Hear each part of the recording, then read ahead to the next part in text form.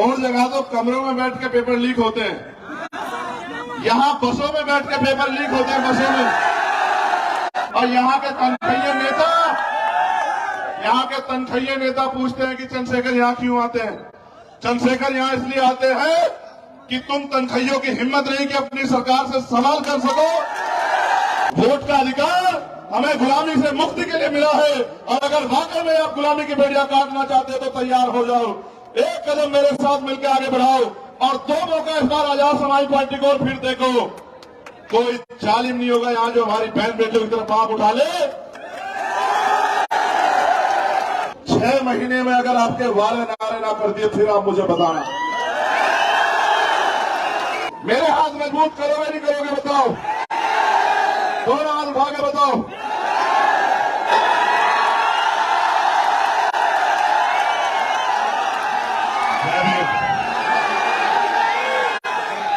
आपकी मदद की जरूरत है, करोगे नहीं करोगे बताओ। जल्दी से शांत हो जाओ, आपसे बात तो जल्दी खत्म हो जाएगी। तो एक यात्रा जो है हम लोग संविधान बचाओ यात्रा निकाल पाएंगे, अंधेरा हो जाएगा तो खराब हो जाएगा, इसलिए शांत हो जाओ बिल्कुल। जो जहां खड़ा है जहां बैठा है किसी को मत कहो, अपने आप जिम्मेदार बनो और जहां जगह मिली है वहीं बैठ जाओ। मत कहो किसी और को कि तू बैठ जा भैया तू बैठ जा, जिसको जहां जगह मिली है स्वतः बैठ जाओ। यही तुम्हारा प्यार है आज का, तुम्हारी जो त्याग बलिदान और जो तुम सुबह से इंतजार कर रहे हो। बहुत बहुत धन्यवाद। मैं आपसे पूछना चाहता हूं, क्या आप वर्तमान सरकार से खुश हो? इससे जो पिछली सरकार थी उससे खुश थे? कब तक इनके खेल में अपने आप को शामिल रखोगे? कभी ये कभी वो, आपका क्या? मुझे कल से हम लोग शुरू हुए थे, नीमराणा, फिर अलवर, सुबह नगर और अब दौसा, और अभी 10 दिन लगभग 6 तारीख तक मैं यही हूं आपके बीच। क्यों पता है? क्योंकि संविधान बचाओ यात्रा चल रही है। कब बचेगा संविधान? गौर से सुनो, अपने मन की भावना अपने अंदर रखो और मेरी बात पे गौर करो। मैं बहुजन समाज में जन्मे सभी संतों गुरुओं महापुरुषों को नमन करता हूं। नमन इसलिए क्योंकि वो थे तो हम हैं, और उन्होंने अपना पूरा जीवन बलिदान किया, तो आज कमजोर किसान, कमेरे, पिछड़े, दलित, आदिवासी, माइनॉरिटी के लोग जो हैं वो चैन की सांस और भारत की तमाम महिलाएं स्वाभिमान सम्मान का जीवन भारत में व्यक्त कर पा रही हैं। इसका एक ही कारण है बाबा साहब डॉक्टर भीमराव अम्बेडकर जी का संविधान। लेकिन आज वो संविधान खतरे में है, और संविधान इसलिए खतरे में है क्योंकि संविधान से जिन लोगों को सबसे ज्यादा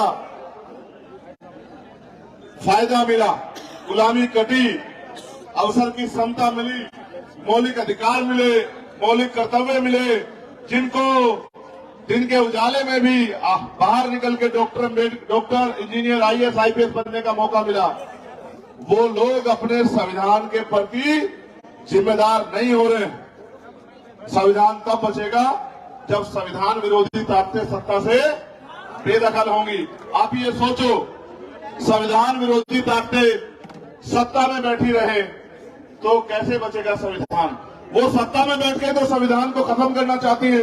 अगर हम उन्हें सत्ता से उतार फेंके और अपनी सत्ता बना लें तो संविधान भी बचेगा और हमारे हक अधिकार भी सुरक्षित रहेंगे।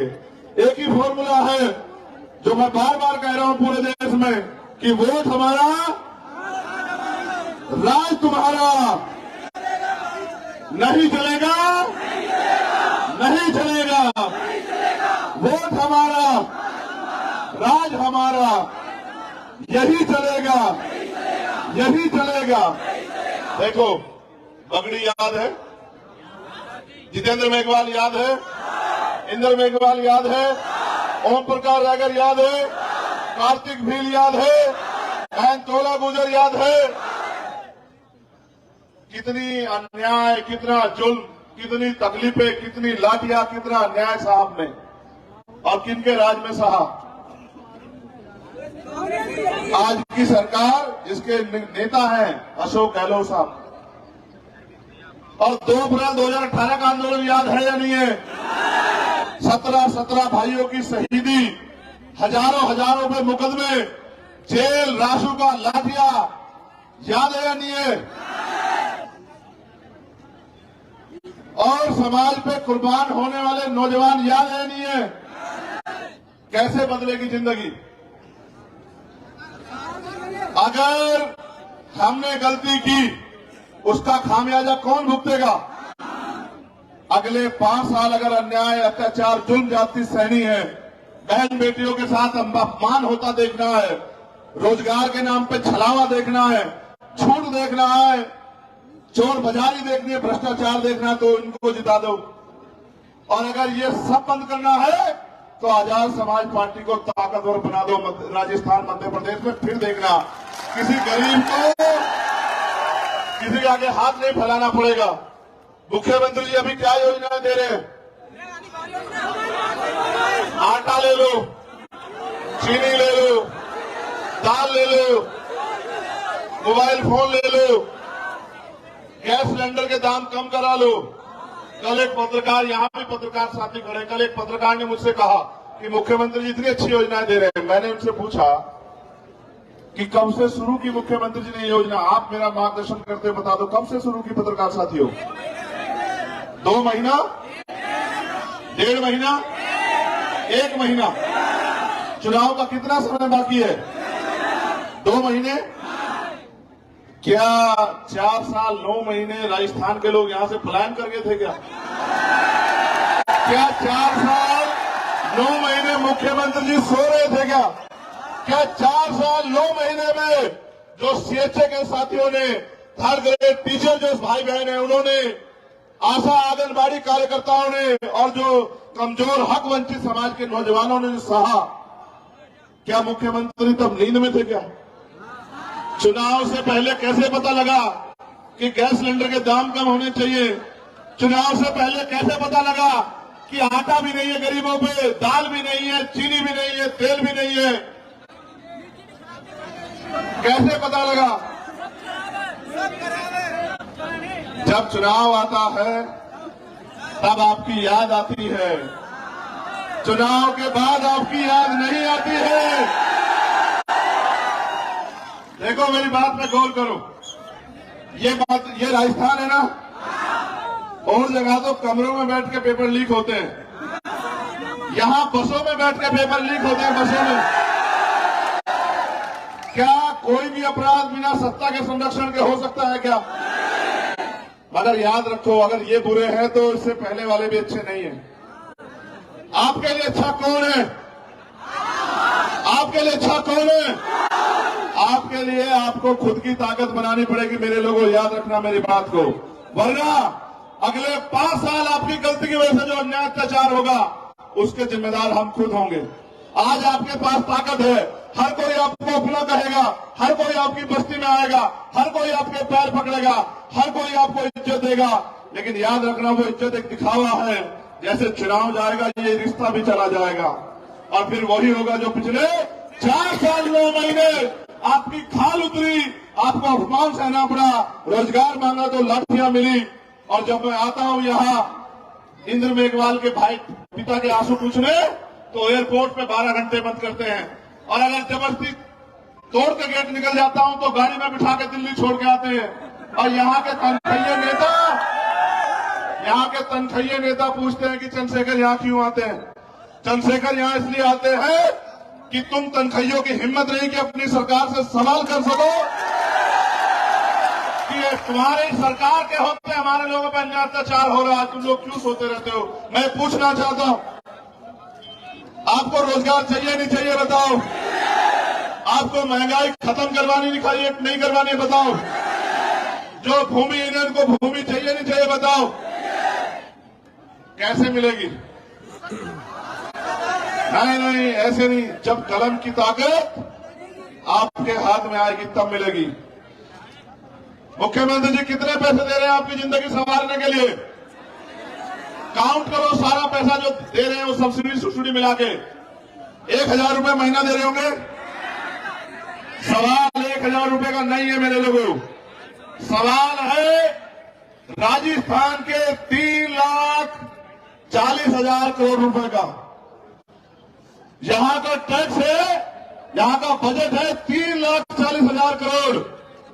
मेरी निगाह उस बजट पे है कि उसका प्रयोग नौजवानों के भविष्य को बदलने के लिए होना चाहिए। उसका प्रयोग बहन बेटियों के सम्मान की रक्षा के लिए और उनके सशक्तिकरण के लिए होना चाहिए।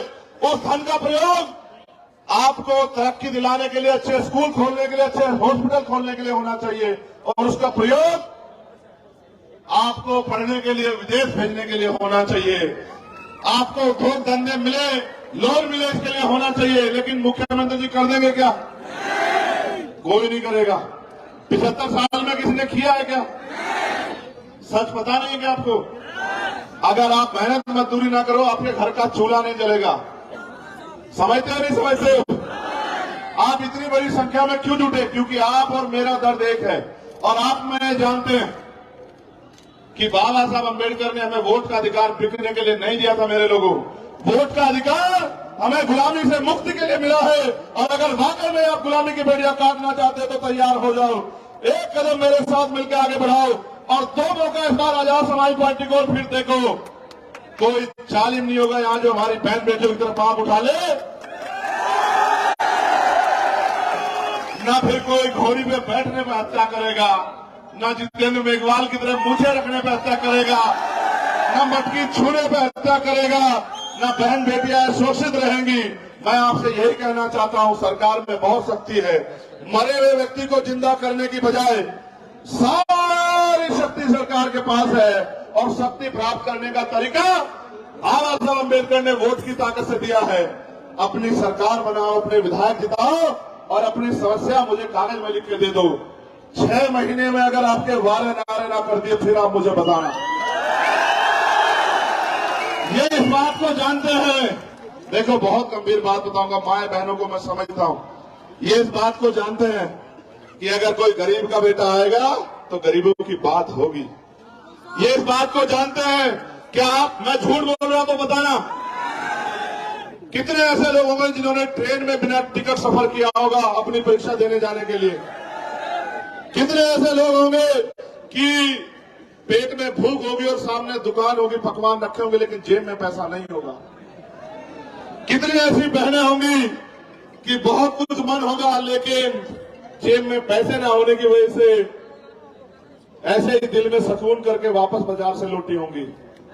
कितनी ऐसी बहनें होंगी जिनकी तमन्ना होंगी डॉक्टर इंजीनियर बनने की, लेकिन पिताजी की जेब में पैसे नहीं होंगे? कितनी ऐसी बहनें होंगी जिनके सपने होंगे आगे बढ़ने के और आर्थिक अभाव में वो कुचले गए होंगे? कितने ऐसे नौजवान होंगे जिनके पास बहुत हिम्मत होगी लेकिन पिताजी की जेब में पैसे नहीं थे तो सपने सपने रह गए?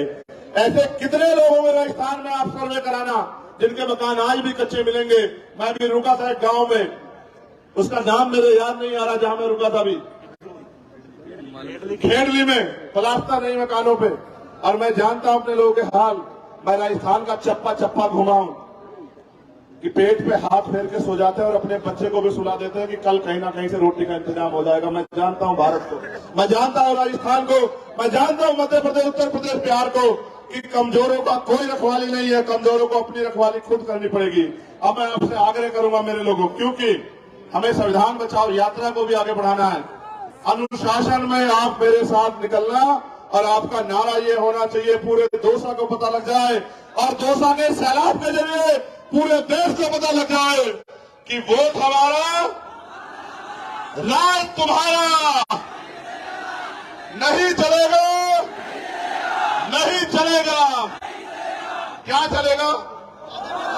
वोट हमारा, राज हमारा। यही चलेगा, यही चलेगा। राज लेना चाहते हो? इसका नाम राजस्थान है, मगर तुम्हारे इस समय राज तब तक नहीं आएगा जब तक आप तैयारी नहीं करोगे। अगर नौजवान तैयारी कर ले तो आप जानते हो, मैं बार बार समझाता हूं कि संघर्षों के साए में घनघोर जवानी पलती है और इतिहास उधर झुक जाता है जिस ओर जवानी चलती है। मैं मीडिया के जरिए ये भी बता दूं, मध्य प्रदेश की तानाशाही सरकार को भी बता रहा हूं। अभी 9 बजे मैं लाइव करके बताऊंगा, लेकिन अभी भी ऐलान करके बता रहा हूं मेरे लोगों को कमजोर मत समझना। मुख्यमंत्री शिवराज सिंह चौहान जी 12 तारीख को बताऊंगा। 12 फरवरी भोपाल को याद थी, 12 अक्टूबर ग्वालियर को याद रहेगी। इतिहास में आप लोग याद रखना मेरी बात को। मुकदमे लगाओगे, रासुका लगाओगे, निर्दोष लोगों को आरोपी बनाओगे। जिस सत्ता के दम पे घमंड पाल के बैठे हो, ये सत्ता भी छीन लेंगे मेरे लोग। तुमसे भी छीन लेंगे और तुमसे भी छीन लेंगे, याद रखना। इतनी ताकत बनाओ कि इस बार राजस्थान सरकार आपके बिना ना बने। इतनी ताकत बनाओ मेरे लोगों। अपनी वोट की कीमत को समझो। मेरे हाथ मजबूत करोगे नहीं करोगे बताओ? दोनों हाथ उठा के बताओ। चलो तुम लोग चुप हो जाओ, बहनों से माओ से पूछने पीछे हो जाओ।